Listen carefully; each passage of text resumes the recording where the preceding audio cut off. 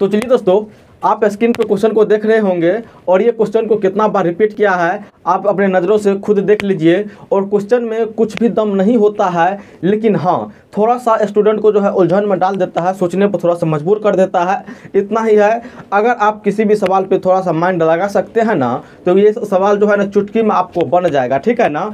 इसी प्रकार से और बहुत सारे सवाल आप लोग के बीच लेके आए हैं और अभी तक में आप लोग को बहुत सारा सवाल करवा भी दिया गया है और आगे तक करवाया जाएगा जब तक आपका ग्रुप डी का एग्जाम खत्म नहीं हो जाती है। चाहे आप रेलवे का कोई भी सेक्टर का एग्जाम फॉर्म भरे हैं और उसका एग्जाम जो है जब तक खत्म नहीं हो जाती है तब तक जो है आप लोग को इस चैनल पे तैयारी करवाई ही जाएगी, ठीक है।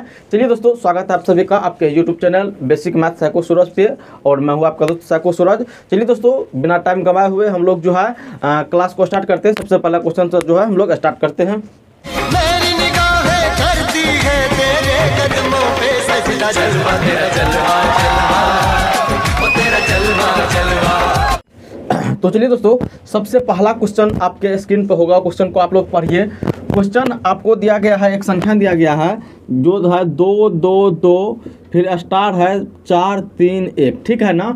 इसमें पूछा जा रहा है आपसे जो न्यूनतम मान वाला ऐसा कौन सा मतलब ये स्टार की जगह पे जाएगा जो 9 से वो जो है पूरी विभाजित हो जाएगी, जिसका आपको ऑप्शन भी दिया गया है। ए नंबर में 3 है, बी में 4 है, उसके बाद सी में आपको 6 है और डी में 5 है। अब किससे पूछ रहा है? आपको 9 से नहीं पूछ रहा है जो 9 से विभाज्य होना चाहिए। अगर आपको 9 का डिविजिबिलिटी का रूल पता है, आपका आंसर निकल गया होगा जो क्या होगा। अगर नहीं है आपको पता, अगर मैथ में आप कमज़ोर स्टूडेंट है, अभी तक जो है आप इस चीज़ का क्लास नहीं किए हुए हैं, तो इसके लिए भी आपके लोग के लिए एक क्लास दिया गया है। इस क्लास को जाके आप देख लीजिएगा, आपका सारा जो है प्रॉब्लम सॉल्व हो जाएगा डिविजिबिलिटी को लेकर, ठीक है ना। चलिए, सबसे पहले हम लोग ये जानना चाहेंगे तो 9 का विभाज्यता का नियम क्या है। 9 जो है किसी भी कोई भी संख्या जो है कौन सा संख्या को 9 विभाज्य करेगा, ठीक है ना। चलिए बाबू, 9 के बारे में आप लोग को हम बताए थे, अगर कोई भी संख्या दिया गया हो, कितना बड़ा से बड़ा संख्या क्यों न दिया गया हो, उसका टोटल डिजिट को हम लोग जोड़ देंगे, यानी कि जितने भी अंक से वो बना हुआ है और टोटल अंक को हम लोग जोड़ लेंगे और जोड़ने के बाद जो योगफल आता है, जोड़ने के बाद जो परिणाम आता है, उसमें हम 9 से भागा लगाएंगे और वो परिणाम अगर 9 से पूरी विभाजित हो जाएगी तो आपका वो संख्या भी जो है ना पूरी विभाजित हो जाएगी। किससे? 9 से, ठीक है ना।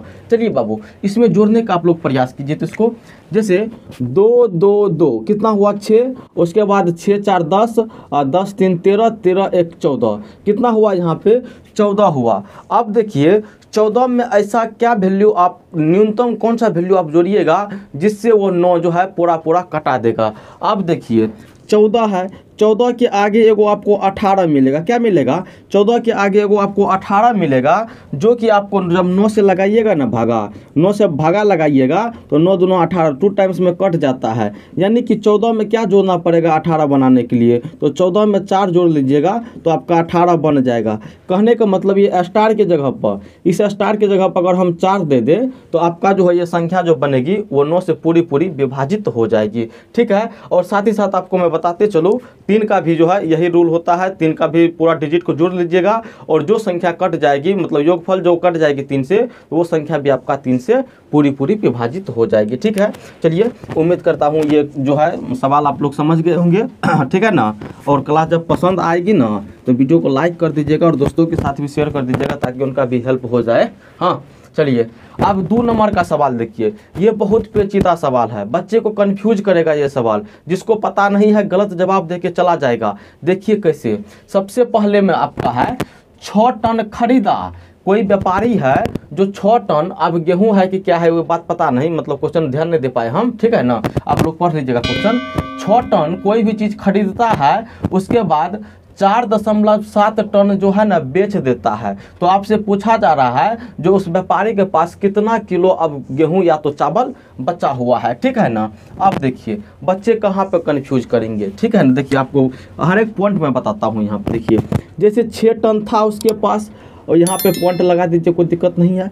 4.7 टन बेचा है, 4.7 टन जो है बेच दिया है। अब देखिए इसको घटाइए, 10 में से 7 गया तो 3 पॉइंट, यहाँ पे 5 बचा, 5 में से 4 गया तो 1, 1.3। अब देखिए आपका ऑप्शन नंबर बी है 1.3। अब बहुत बच्चे क्या करेंगे, अरे मेरा तो आंसर आ गया 1.3, ऑप्शन भी मिल रहा है, झटाक से बी ऑप्शन मारेंगे, आगे निकल जाएंगे। जो मारेगा वो गलत हो जाएगा। लेकिन थोड़ा सा जो बुद्धियार बच्चे होंगे वो बोलेंगे ना ना ना ना 100 किलो देंगे तो 100 से गुना कर दे, क्योंकि कुंटल होता है ना 100 किलो का। हो चलिए 100 से हम गुना करते हैं, 1.3 को हम 100 से गुना करेंगे ना, तब हमारा केजी वाला निकल जाएगा, ठीक है ना। तो वो क्या करेंगे, इसको गुना करेंगे 130 होगा। अब बोलेंगे ऑप्शन में देखते हैं 130। अब देखिए ए नंबर आपका ऑप्शन पहले ऑप्शन है 130। अरे बाप, इसको मतलब टिक मार के वो आगे निकल जाएंगे, लेकिन गलत होगा, बिल्कुल गलत हो जाएगा। अब देखिए इसका सही जो है आंसर क्या हो सकता है, इसका सही आंसर क्या हो सकता है। ज़्यादा होशियारी के चक्कर में रहिएगा, आप गलत करके चले आइएगा। ये वो बात हमको बताइए ना, 1 टन में क्या किलो होता है, आप जानते हैं ना 1 टन में क्या किलो होता है। ये 100 किलो जो बोलते हैं ना भैया, ये 100 किलो जो बोलते हैं, ये 1 क्विंटल होता है। कितना होता है, 1 क्विंटल में 100 किलो होता है। जब 1 टन की बात करें ना, तो 1 टन में 10 क्विंटल होता है। कितना होता है, 10 क्विंटल। अगर किलो में बात करें तो आपका 1000 किलो होता है। कितना होता है, 1000 किलो होता है 1 टन में। 1 टन में कितना किलो, 1000 किलो, ठीक है ना। और आपसे किलोए पूछ रहा है, जो कितना किलो है, कितना केजी है उसके पास।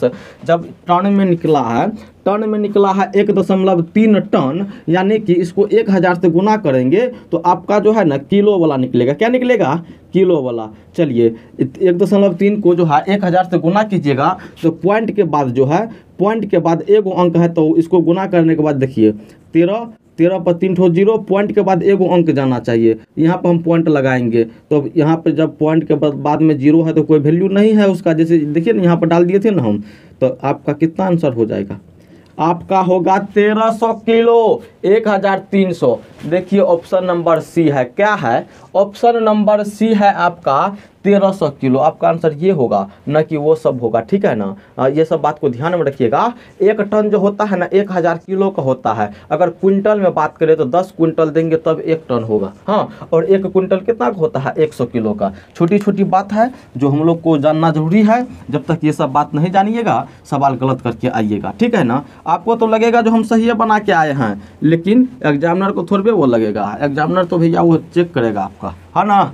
चलिए अब 3 नंबर का देखिए। 3 नंबर का सवाल बहुत प्यारा सा सवाल है, इसमें भी कंफ्यूज करने वाला सा है। ऑप्शन आपको ऐसा ऐसा है ना, अब हल कीजिएगा ना तो डायरेक्ट आप करके भाग जाइएगा। आप बोलिएगा अरे वाह हम तो बना के आ गए, लेकिन आपका गलत होगा। क्या है, बोलता है यदि आप 1 किलोमीटर तैरते हैं तो आप कितना मील तैर लेते हो। मील समझते हो ना जी, वो चौड़ा वाला मील ना, चौड़ा वाला मील ना, ये दूसरा मील है, ये दूरी वाला मील है। 1 मील जानते हो ना कितना होता है। अब बोलेंगे देखिए ना, अब किसी को मान के चलिए बच्चे को याद होगा जो 1 किलो, वो 1.6 किलोमीटर होता है 1 मील में। अब देखिए आपका पहले ऑप्शन 1.6 है, तो बच्चे टिक मारेंगे अब भाग जाएंगे आगे। लेकिन जैसे ही टिक मारा गलत हो गया। उसके बाद देखिए इसका आंसर क्या होगा। आप 1.6 मारिएगा ना भैया, गलत हो जाएगा। अगर 1 मील नहीं जानते हैं तो आज ध्यान में रख लीजिए इस बात को। 1 मील जो होता है 1.6 किलोमीटर का, नहीं समझे बात को। 1600 मीटर दीजिएगा ना जी, तब 1 मील होता है। फिर भी नहीं समझे, 1 किलोमीटर और 600 मीटर दीजिएगा ना, तब 1 मील पुरता है, ठीक है ना। आप कितना तैर रहे हो, कितना तैर रहे हो, 1 किलोमीटर ना। चलिए भैया 1 किलोमीटर तैराइए, तो इसको देखिए 1 किलोमीटर में क्या है बोल रहा है, जो आप 1 किलोमीटर तैरते हैं तो कितना मील जाता है, ठीक है ना। देखिए 1.6 किलोमीटर देते हैं तब आपका 1 मील होता है। कितना होता है, 1 मील। 1.6 किलोमीटर देंगे तो 1 मील होगा। आप तैर रहे हो कितना, 1 किलोमीटर ना। तो जब 1 किलोमीटर के मान हम निकालेंगे तो 1.1/6 होगा, इतना मील होगा, हाँ ना। अब चलिए ना सॉल्व कीजिए, ये पॉइंट को उड़ाइएगा जी, आगे ऊपर में 0 होगा ना। चलिए जब ऊपर में 0 हो गया तो भागा लगाइए, तो इसको एक बार 10 में जो है ना 16 से भागा लगाइए तो नहीं लगेगा ना। पॉइंट डालिए, यहाँ पे को 0 दीजिए। 16 6 के 96 होता है, 6 मरतबे में कितना हो गया 96, फिर 4 हुआ। इस पॉइंट के बदला में यहाँ पे को 0 डालिए, और 16 दूना 32, है ना।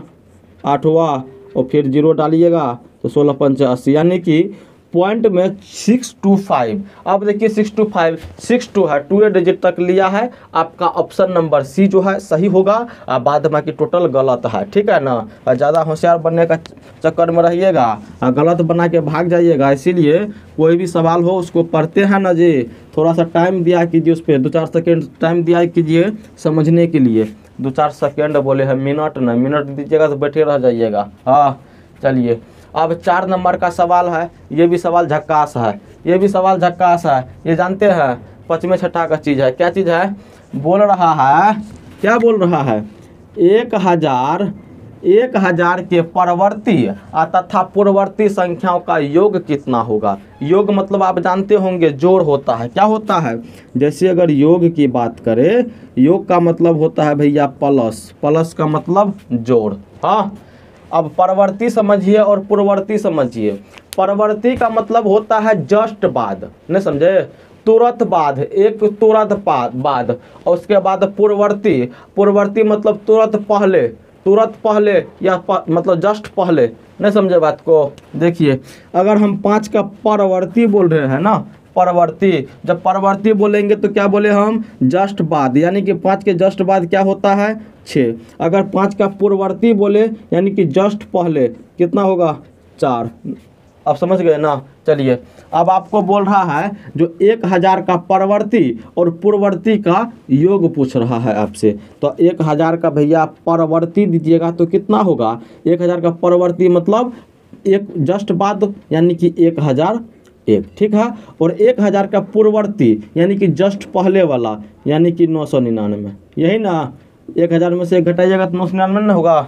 अब चलिए जोड़िए तो इसको, 9 1 10, 9 1 10, 9 1 10, 1 1 2, कितना हो गया? 2000। अब अपना ऑप्शन मिला लीजिए, 2000 कौन सा ऑप्शन में है, ठीक है ना? समझ गए जी? लाइक नहीं किए हैं तो लाइक कर दीजिएगा, है ना। चलिए, और आप लोग कमेंट करके बताया कीजिए क्लास पसंद आती है कि नहीं आती है। आप लोग कमेंट वमेंट नहीं करते हैं जी। चलिए बाबू, अब चलिए 5 नंबर का बहुत प्यारा सवाल, जो सेशन अभी आप लोग का ख़त्म हुआ है ना, यूनिट डिजिट का, उसी से सवाल है। देखिए कितना बार पूछा गया है ना। चलिए, आपसे पूछ रहा है जो कितनी संख्या के इकाई अंक पर 6 होगा। चलिए, सबसे पहले हम यहाँ पर लिख देते हैं, आप लोग थोड़ा सा बनाने के प्रयास कीजिए। हाँ, तब तक हम सवाल को यहाँ पर लिखते हैं, है ना। चलिए, उम्मीद करता हूँ आपसे वो सवाल बन गया होगा, बन गया है तो कमेंट भी कर दीजिएगा। चलिए, यूनिट डिजिट के लिए आपको क्या बताए थे? सबसे पहले यहाँ पर देख लीजिए, यूनिट डिजिट समझते हैं कि नहीं समझते हैं जी? यूनिट डिजिट इकाई अंक पूछ रहा है आपसे। जैसे कि इसको जब सॉल्व कीजिएगा, 19 को जब सॉल्व कीजिएगा स्क्वायर करके, तो जो इसका इकाई अंक पर जो होगा ना, वो आपसे पूछा जा रहा है, जो कितने के इकाई अंक पर 6 पहुँचेगा, है ना। चलिए, 19 को जब कीजिएगा तो आपको 9 का एगो तरीका बताए थे, एगो उसका क्या कहते हैं, रूल बताए थे, उसका एक विधि बताए, उसका ट्रिक बताए थे। जो समझना समझिए। हाँ चलिए, 9 का समझिए। 9 में बताए थे, अगर किसी भी संख्या का यूनिट डिजिट पर अगर 9 बैठा हो तो उसका पावर को देखेंगे। किसको देखेंगे? पावर को। और पावर जब सम संख्या में हो, किसमें? सम संख्या में हो, तो उसका यूनिट डिजिट जो है 1 होता है। क्या होता है? उसका यूनिट डिजिट 1 होता है। अब यहाँ पे 2 देखिए तो क्या है? 2 तो भैया सम संख्या है। जब 2 सम संख्या है तो यूनिट डिजिट पर 1 होगा, ठीक है ना। अब देखिए 24 है, क्या चीज़ है? 24। अब 24 के बारे में क्या बोले थे? यानी कि 4 के बारे में। अगर किसी भी संख्या का यूनिट डिजिट यानी कि इकाई अंक पर 4 हो ना, तो उसका पावर को देखेंगे। पावर जब सम संख्या में हो तो यूनिट डिजिट पे 6 जाएगा, और विषम संख्या पे हो यूनिट डिजिट पे 4 जाएगा। तो इसमें 2 जो है सम संख्या है, तो यूनिट डिजिट पे कितना जाएगा? 6 जाएगा ना। चलिए, उसके बाद आइए 6 के बाद, 6 तो है सदाबहार। 6 क्या है? सदाबहार। 6 के पावर कितनों डाल दो, 6 के पावर कितनों डाल दो, यूनिट डिजिट पर 6 ही जाएगा। आपको बताए थे कौन कौन लेके, 0 1 5 6, ये 4 ठो लेके बताए थे। इसका पावर चाहे लाख करोड़ कुछ डाल दो ना, उसका यूनिट डिजिट पे वही जाएगा जो है, कहने का मतलब 6 जाएगा। ये भी देखिए, ये भी लास्ट में 6 है, इसका यूनिट डिजिट पे आपको 6 जाएगा, है ना जी। उसके बाद देखिए 4, फिर से 4 आया, सम संख्या है पावर में, इसका क्या होगा? यूनिट डिजिट 6 होगा। अब देखिए यहाँ पे 8 है। अब 8 का जब स्क्वायर कीजिएगा तो 8 64 होता है। 64 में 4 न हुआ, कितना हुआ 4। अब देखिए तो कितने ऐसी संख्या है जिसके यूनिट डिजिट पे 6 आया है। तो भैया ये 4 गो है, 1 2 3 4, क्या गो है 4 गो। अब अपना ऑप्शन मिला लीजिए जो 4 गो कौन सा ऑप्शन में दिया गया है। चलिए उम्मीद करता हूं बाबू यहाँ तक आपका टोटल जर्नी जो है आनंदमय रहा होगा और सभी सवाल जो है आप अच्छे से समझ गए होंगे। इसी प्रकार के क्लास के लिए आप हमारे चैनल से जुड़ सकते हैं और दोस्तों की क्लास जो है शेयर कर दीजिएगा और वीडियो को लाइक नहीं किए हैं तो लाइक कर दीजिएगा। धन्यवाद।